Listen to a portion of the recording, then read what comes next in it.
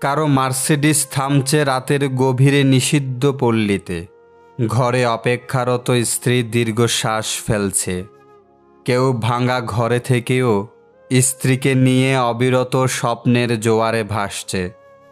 কেউ ভাবছে আর কয়েকটা দিন, ডিভোর্স পেপারে সাইন করলেই মুক্তি। আবার কেউ একটা সম্পর্ক টিকিয়ে রাখার জন্য অবিরাম যুদ্ধ করে চলছে। কেউ সদ্যজাত সন্তানকে ডাস্টবিনে ফেলে দিয়ে দায় মুক্ত হতে চাইছে। আবার কেউ একটা সন্তানের জন্য সারাটা জীবন হাহাকার করছে। কেউ বছরে কতজন ভালোবাসার মানুষ বদলে ফেলেছে তার হিসাব গুনছে। কেউ আবার তার ভালোবাসার মানুষের জন্য বছরের পর বছর অপেক্ষা করে চলছে। কেউ দামি শাড়ি হাতে পেয়ে তবুও খুশি নয়।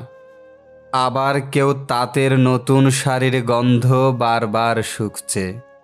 কেউ প্রিয়জনের কাছ থেকে সোনা বা হীরের চুড়ি পেয়ে খুশি নয়।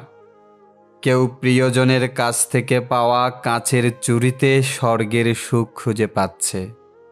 কেউ লাখ টাকার ডাইনিং টেবিলে বসেও তৃপ্তি সহকারে খেতে পারছে না।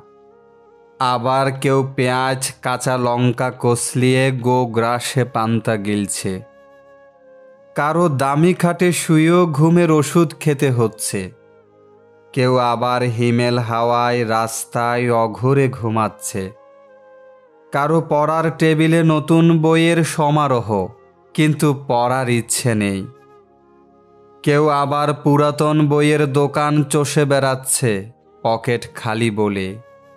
কেউ বিলাসবহুল গাড়িতে বসে চিন্তিত, সন্তানগুলো মানুষ হলো না, এত সম্পত্তি রাখতে পারবে তো।